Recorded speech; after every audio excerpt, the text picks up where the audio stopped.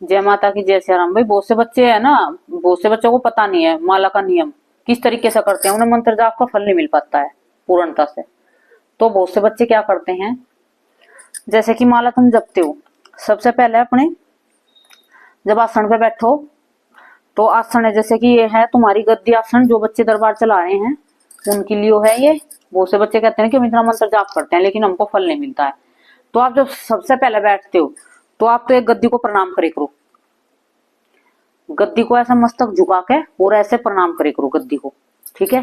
अपने गुरु का ध्यान करे करो और अपनी शक्ति का ध्यान करे करो, जो माँ काली है कोई भी है, ठीक है, उसका ध्यान जरूर करे करो। फिर आप अपने आसन पे बैठ जाते हो ध्यान करके, जो तुमने पूजा पाठ जो भी करनी है तुम्हें, सब अपनी पूजा पाठ तुमने कर ली है, भोग भी लगा दिया है, सब नियम पालन तुमने कर लिए हैं। फिर तुम माला लेते हो अपनी, तो तुम क्या करते हो, माला को जपते हो बैठ के, फिर एकदम उठ जाते हो और माला को भी रख देते हो एकदम से। ऐसा नहीं करना है तुम्हें, ठीक है। माला मंत्र जाप करने के बाद आपको आसन पे, अपने आसन पे 10 मिनट तक बैठे रहना है, और जो माला से जाप करा है तुमने उस माला को अपने गले में डाल लेना है, सिर्फ 10 मिनट के लिए मंत्र जाप के बाद। ये छोटी छोटी बात है, ध्यान रखना, उन बच्चों को बता रही हूँ मैं, जो उनसे बच्चे कहते हैं कि हमें मंत्र जाप करते हैं फल नहीं मिलता है। बहुत सी गलतियां करते हैं बच्चे, ठीक है। एकदम से माला मंत्र जाप करने के बाद माला नहीं रखनी है और एकदम से उठना नहीं अपने आसन से। 10 मिनट अपने आसन पे बैठो, जिसका मंत्र जाप करा है उनसे थोड़ा बातें करो, ध्यान करो, ध्यान के माध्यम से बात करो, बैठ के प्रार्थना करो कि जो हमने मंत्र जाप करा है टूटी फूटी वाणी से, अशुद्धि में, समय बिगड़ समय के जैसा भी करा है, तो माँ हम जो भी ये मंत्र जाप करा मैं आपके चरणों में अर्पण करते हैं, इसे स्वीकार करो और हम पर प्रसन्न हो, ठीक है। और हमारे 10 दिशाओं से रास्ते खोल लो, और फिर अपने मन ही मन माँ से 10-5 मिनट बात करनी है आपको बैठ के। फिर वो 10 मिनट होगी तुम्हें मंत्र जपने के बाद। और एक बात और है, जिस माला तुम हाथ में लेते हो, पहले बहुत से बच्चे क्या करते हैं कि ना तो मुंह में जल डालते हैं और ना ही अपने हाथ जल से साफ करते हैं, और ना ही जो माला का सुमेरु होता है ना उस पर जल डालते हैं, तो उससे भी तुम्हें नुकसान होता है तुम्हारा। जब तुम अपनी पहले माला उठाते हो, उठाने से पहले हाथ में जल लेके 3 बार जल ले, केशवाय माधवाय नारायण आचमन समर्पयामि, वो डाल लिया अपने हाथ में, फिर वो अपने मुंह में डाल लेना है। वो आपका आचमन हो जाएगा अपने मुख का, तुम्हारे मुख की शुद्धि हो जाएगी, मुंह की शुद्धि, ठीक है। फिर अपने हाथ धो लेने हैं उस जल से, गंगा जल से, थोड़ा सा चम्मच से हाथ लेके वो तुम्हारे हाथ की शुद्धि हो जाएगी। फिर जल लेकर तुम्हें अपने चारों तरफ छिड़क लेना है अपने मंत्र को पढ़ के। उससे क्या होगा, तुम्हारे सुरक्षा घेरा बन जाएगा सीधी तरफ को, ठीक है। जिस मंत्र का भी जाप कर रहे हो उस जल को लो, उस जल को फूंक मार के अपने चारों तरफ छिड़क लो, तो उससे तुम्हारा घेरा सुरक्षा बन जाएगी। मंत्र जाप करोगे, कोई नेगेटिविटी ग्रहण नहीं करेगी, ना तुम्हारे पास कोई भी चीज प्रवेश कर पाएगी उस घेरे के अंदर। जो भी तुम मंत्र जाप करोगे तुम्हारी शक्तियों तक पहुंचेगा और तुम्हें उसका पूर्ण फल मिलेगा, ठीक है। और फिर जो मैंने कही है कि माला जपने के बाद माँ से बात करनी है, 10 मिनट प्रार्थना करनी है। फिर वो 10 मिनट के बाद वो माला उतार के अपनी झोली में रख देनी है। कभी भी खाली माला नहीं रखनी है मंदिर में।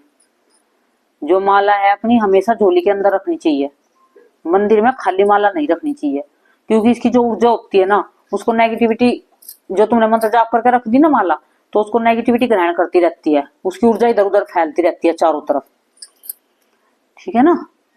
तो वो उसके अंदर ही रखनी है। और एक जो मतलब तुम्हें शक्ति प्राप्त होती है जब माला जपते हो, जो एक उंगली है इसको हम बाहर रखते हैं ना झोली से, और झोली के अंदर होती है माला, और ये हाथ, ये उंगली और ये उंगली, इसके कभी भी टच नहीं होती है माला, क्योंकि जो इसके उंगली का टच होगी माला और इसके होगी तो हमारी माला खंडित हो जाती है।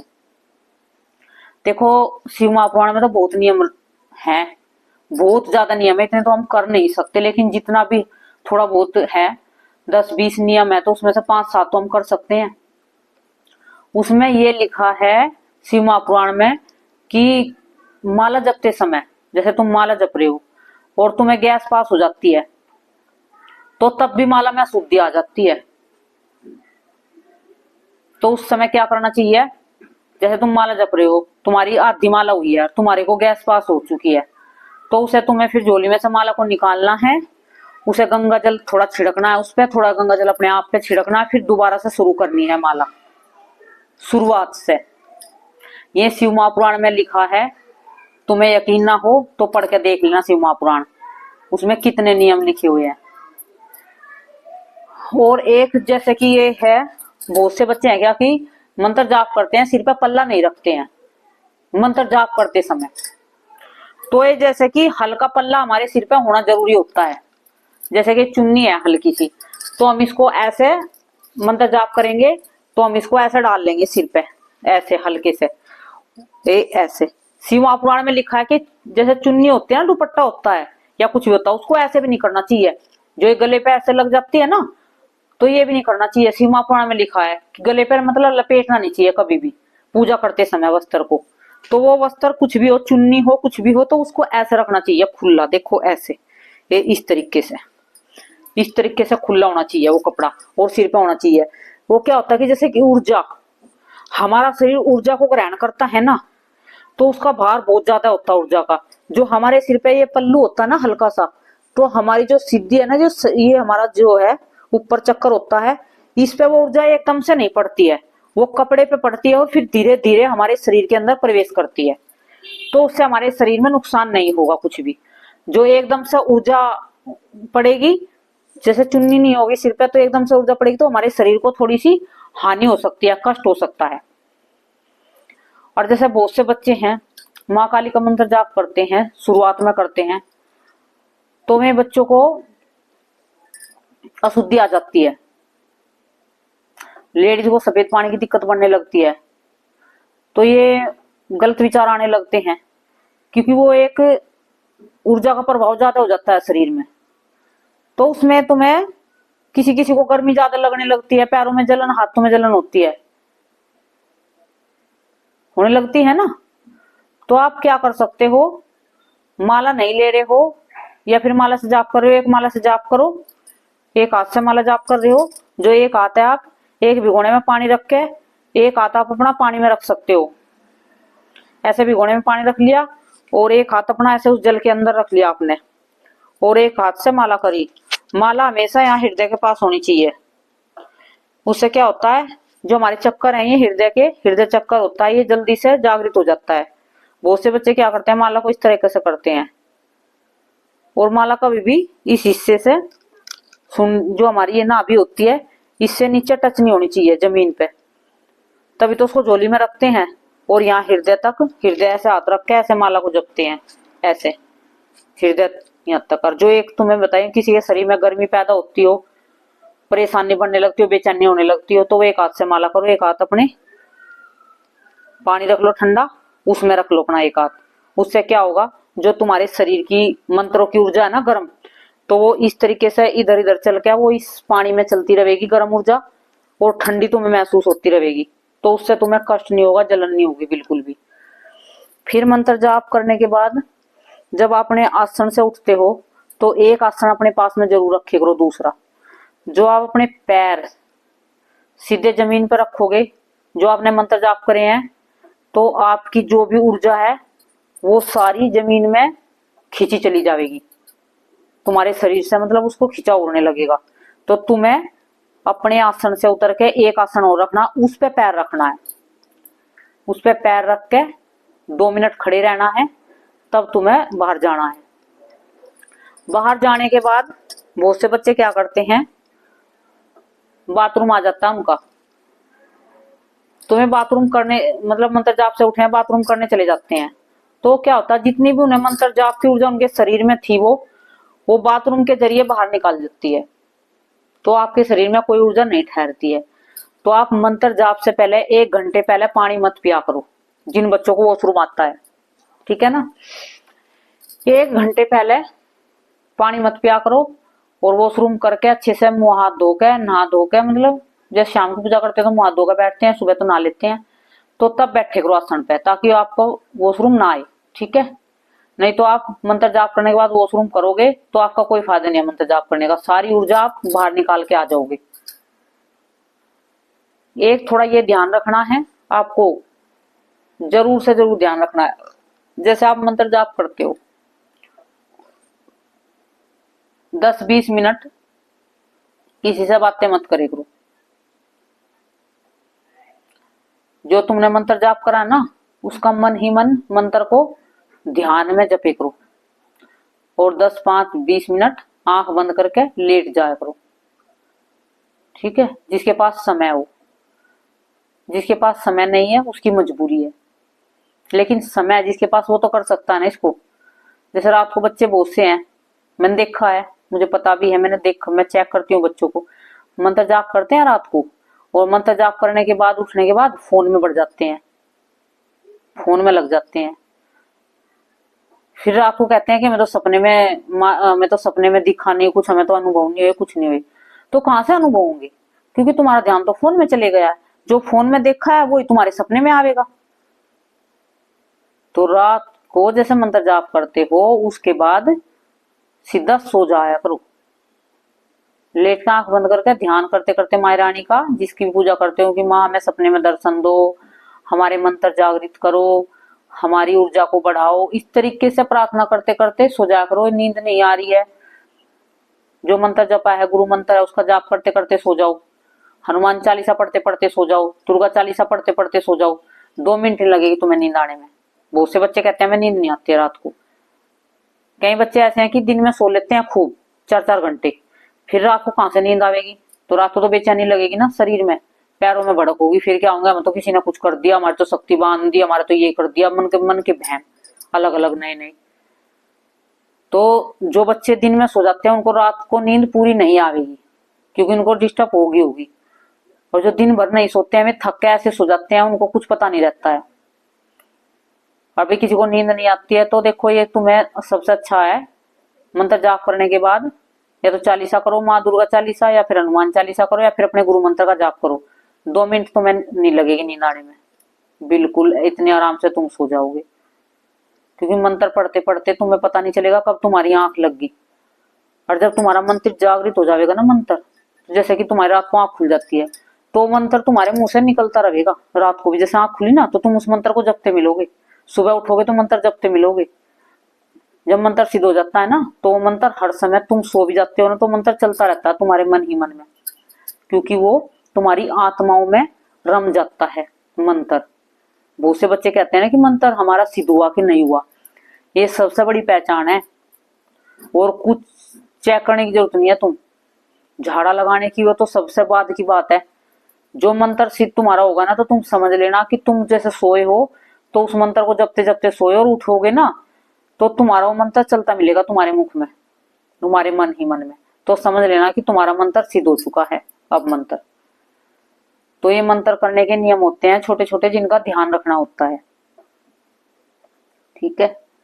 और जिन बच्चों को नेगेटिविटी होती है, बेचैनी लगती है, मंत्र जाप में मन नहीं लगता है, तो वे क्या करें। एक तो जो माँ को तुमने फूल चढ़ाया है, ठीक है, फूल माँ से लेना कि माँ हम आपसे प्रार्थना करते हैं, हमारे आसन पे जो चीज नेगेटिविटी है उसको दूर करो, जो हमारी गद्दी पे आसन पे बैठी हुई है। क्योंकि उस पर बैठते हैं तो हमारे को मन बेचैन होता है, बेचैनी लगती है और हम अच्छे से मंत्र जाप नहीं कर पाते हैं। तो उस फूल को कहना, माँ से कहना कि उस फूल को लेकर कि माँ आप हमारी गद्दी पे, हमारी आसन पे विराजमान हो जाओ। वो जो फूल है आप अपनी उसे गद्दी पे रख देना। ठीक है। हर रोज फूल चढ़ाते हो, हर रोज अपनी माँ पे चढ़ाया फूल एक गद्दी पे अपनी पे हर रोज रख देना, उसको अगले दिन उठाना। ठीक है। उसको फिर जल प्रवाह कर देना बाद में। तो धीरे धीरे क्या होगा, जो माँ की शक्ति है, माँ की ऊर्जा है, वो तुम्हारी गद्दी में समावित होने लगेगी। तुम्हारी एक गद्दी पे माँ की ऊर्जा स्थापित हो जाएगी। ठीक है ना। फिर तुम्हारा गद्दी पे मन बेचैन नहीं होगा, ना तुम्हें बेचैनी लगेगी, तुम्हारा अच्छे से ध्यान भी लगेगा। ठीक है ना। तो इस तरीके से। और ज्यादा परेशानी बनती हो तो 5 लौंग ले लेना और माँ काली का बीज मंत्र जपना, ठीक है। मंत्र जप के उसको एक लाल कपड़े में उन लौंग को सील लेना, सील के और अपने आसन पे साइड में इधर सुई से उसको मतलब सील लेना कपड़े को, उसको जिसमें 5 लौंग है, ठीक है। उससे तुम्हें ना तो कोई नेगेटिविटी छुएगी और ना ही तुम्हें कोई बेचैनी लगेगी आसन पे बैठने पे, ना तुम्हें कोई परेशानी बनेगी गद्दी पे बैठने पे, ठीक है। क्योंकि वो नेगेटिविटी तुमसे दूर भागेगी जब तुम 5 लौंग अपने इसमें बांध लोगे। 5 या 7 भी बांध सकते हो, 5 ही बांध सकते हो, माँ काली का बीज मंत्र जप के, ठीक है। एक माला से उसको हाथ में लेना, जिस हाथ से माला करते हो 5 लौंग उस झोली में डाल लेना आप। तो मंत्र जाप करोगे, मैं मंत्र जाप करते करते आपकी माला वे जो लौंग है वे सिद्ध हो जाएंगी, उसमें माँ की ऊर्जा प्रवेश कर जाएगी और फिर तुम अपने आसन पे उसे एक सुई से उसे सील लेना अंदर की तरफ साइड में, ठीक है। फिर तुम्हें कोई परेशानी नहीं होगी मंत्र जाप करते समय, ठीक। तो ये जो माला करने का नियम होता है, ये छोटी छोटी बात होती है, इनका ध्यान रखना, तभी तुम्हारी ऊर्जा ज्यादा बढ़ती है, ठीक है। और जिनके पास गुरु हैं तो वे माला जपते हैं, तो वे माँ जिसने गुरु ने चुन्नी दे रखी है, आसन दे रखा है, माला गुरु ने दे रखी है, तो उसको तो कुछ करने की जरूरत होती नहीं है, क्योंकि उसकी तो सुरक्षा गुरु ने खुद कर रखी है। चुन्नी दे दी, माला दे दी और आसन दे दिया, फिर उसको कोई नेगेटिविटी नहीं छुएगी।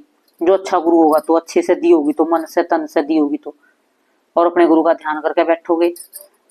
जो गुरु होते हैं कोई सुरक्षा करने की जरूरत नहीं होती। हमने कभी कोई सुरक्षा नहीं करी, ना कभी मैंने सुरक्षा घेरा बनाया, ना हमने कुछ करा कभी भी, क्योंकि हमारी गुरु तो शुरुआत से ही गुरु बन रही थी, तो इसलिए हमें तो कोई ये ज्यादा कुछ करने की जरूरत नहीं पड़ी। लेकिन बच्चे हैं जो गुरु नहीं बनाना चाहते हैं, लेकिन बनाना पड़ेगा जरूर, जिनको शक्ति आई हुई है। देखो क्या होता है, बहुत से कहते हैं कि हमने भोले बाबा को गुरु मान लिया है, बहुत से कहते हैं माँ काली को गुरु मान लिया है, दुर्गा को मान लिया है। वे क्या होता है, उनको मान तो लिया तुमने, वे तुम्हें एक सीढ़ी तक चढ़ा देंगे, दूसरी सीढ़ी तक चढ़ा देंगे, तीसरी सीढ़ी पे तुम्हें कह देंगे अब तुम जो चोले रूप में गुरु है, कोई इंसानी है तो उसको गुरु बनाओ, क्योंकि अब आगे का रास्ता वो तुम्हें दिखावेगा।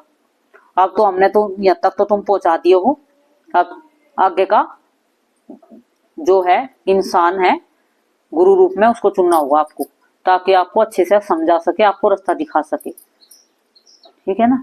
शक्ति कभी तो मैं आके आधा अधूरा बताती है, तुम पूर्णता से समझ नहीं पाते हो, इसलिए फिर तुम्हें गुरु की जरूरत पड़ती है, क्योंकि बिना गुरु के तुम्हारी शक्ति आगे नहीं बढ़ेगी, ना ही शक्ति खुलेगी, ना ही तुम्हारा आगे कुछ समझ में आवेगा। अब एक बच्ची मेरे पास, मैंने कल वीडियो डाल दी थी उसकी, वो बच्ची दरबारों में घूमी है, कहीं उसकी शक्ति ने खुली नहीं थी, उसके शरीर में इतना दर्द था कि वो डॉक्टरों के ना नुकरी इतने पैसे लगा लिए माँ ने डॉक्टर के कि मेरे शरीर का दर्द ही नहीं खत्म हो रहा था। वो क्या था, उसकी शक्ति थी ना अंदर ही अंदर, वो उसको जोर करती थी खुलने के लिए, उसके शरीर में दर्द बन जाता था, लेकिन वो खुल नहीं पाती थी, क्योंकि वो दरबारों में गई होगी, चाहे तो ऊर्जा कम होगी या शक्ति का प्रभाव कम होगा, कुछ ना कुछ तो होगा। वो पहली बार यहाँ आई है, पहली बार मैंने तो उसको कुछ नहीं करा, बस ऐसे भजन बजाए थे, उसकी शक्ति पहली बार में खुल गई। उसका पति था साथ में और दुरान जी ठाणी थी, वे खुश हो गई एकदम से, और वो कहने लगी कि माँ मेरा तो शरीर बिल्कुल हल्का होगा, जैसे एक शरीर मेरा इतना बोझल हो रहा था कि मुझे अपना शरीर भी भारी लगता था, बहुत ज्यादा उठने बैठने में दिक्कत होती थी, तो उसकी एकदम से शक्ति खुल गई बिल्कुल। फिर वो दोबारा आई है ना, देखो आराम होता है तो दोबारा भी आते हैं। उसकी शक्ति बोल के उसने बताया, मैंने तो पहले बता दिया था उसको पहली बार की माँ शीतला चली हुई है, मसाणी शीतला साथ में चली हुई है, और दोबारा फिर माँ ने अपने मुंह से बोल के बताया कि किसकी शक्ति है। तो बच्ची को देखो कितना सुकून, कितना मतलब उसको गुरु की जरूरत पड़ती है, जाना पड़ता है। कि ये बहुत से बच्चे कहते हैं कि दरबार में एक बार आने से शक्ति खुल जाएगी, घर बैठे पूछ रहे हो, उससे क्या पता चलेगा घर बैठ के, एक बार दरबार में आके देखो, जाके देखो, वो तो तब पता चलेगा ना खुलेगी कि नहीं खुलेगी। किस्मत अच्छी है तो एक बार में भी खुल जाती है, अब उसकी खुल गई है तो उसने बेचारे ने पहले थोड़ा ना पूछा था। बहुत से बच्चे घर बैठे सब सोचते हैं कि हम तो घर बैठे ही सब कुछ कर ले, किसी दरबार में ना जाए और कहीं कुछ ना करे, घर बैठे ही हमें शक्ति मिल जाए, घर बैठे ही हमें ना कोई मेहनत करनी पड़े, ना कुछ करना पड़े, ना कोई एक भी पैसा लगे, तो घर बैठ के हम सब कुछ कर लेंगे। ऐसा कुछ नहीं होता है। जो ये सब गद्दी बैठे हैं वे भी कहीं ना कहीं गए हैं, उन्होंने भी पैसे भी लगाए हैं, मेहनत भी करी है, सब कुछ करा है। बहुत से कहते हैं कि हम तो इतनी दूर से आते हैं, इतनी 1 घंटा लगता है आने में। जहाँ हमारी गुरु है, हमें तो 3-3 4-4 घंटे लगते थे जाने में, तो हम भी तो जाते थे, क्योंकि जरूरत हमें थी, उनको नहीं थी। जिनको जरूरत होती है तो उन्हें जाना पड़ता है, जिनको जरूरत नहीं है तो अपने घर बैठो। ठीक है ना।